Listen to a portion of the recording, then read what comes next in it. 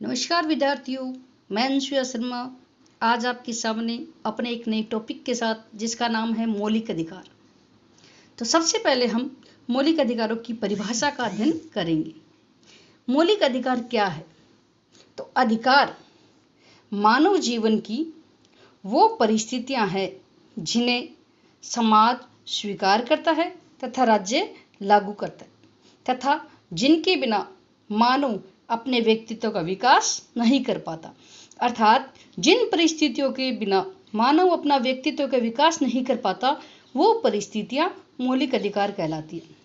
यदि हम भारत के संविधान की बात करें तो भारत के संविधान के भाग 3 में अनुच्छेद 12 से 35 तक मूल अधिकारों का वर्णन किया गया है। भाग 3 को भारत का मैग्ना कार्टा कहा गया है।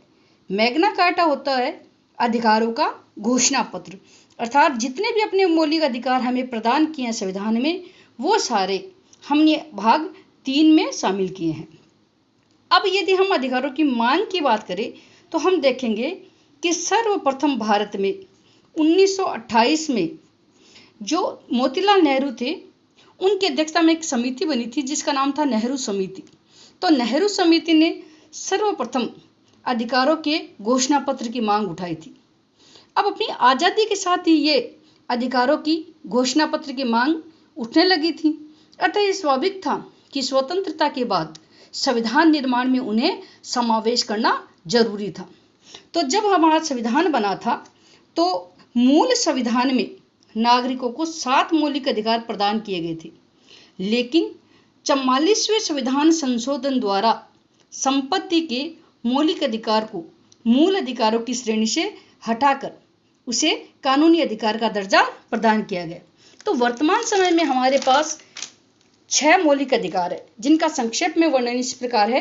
सबसे पहला जो मौलिक अधिकार है वो है समानता का अधिकार, जिसका वर्णन अनुच्छेद 14 से 18 तक किया गया। दूसरा जो मौलिक अधिकार है वो है स्वतंत्रता का अधिकार, जो अनुच्छेद 19 से 22 तक वर्णित है। तीसरा शोषण के विरुद्ध अधिकार, जो अनुच्छेद 23 से 24 तक वर्णित है। चौथा धार्मिक स्वतंत्रता का अधिकार, अनुच्छेद 25 से 28 तक। पांचवा शिक्षा एवं संस्कृति का अधिकार, अनुच्छेद 29 से 30 तक।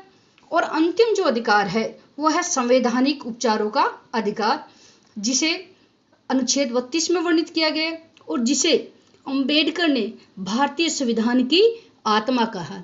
अगले अध्याय में हम इनका विस्तृत वर्णन पढ़ेंगे।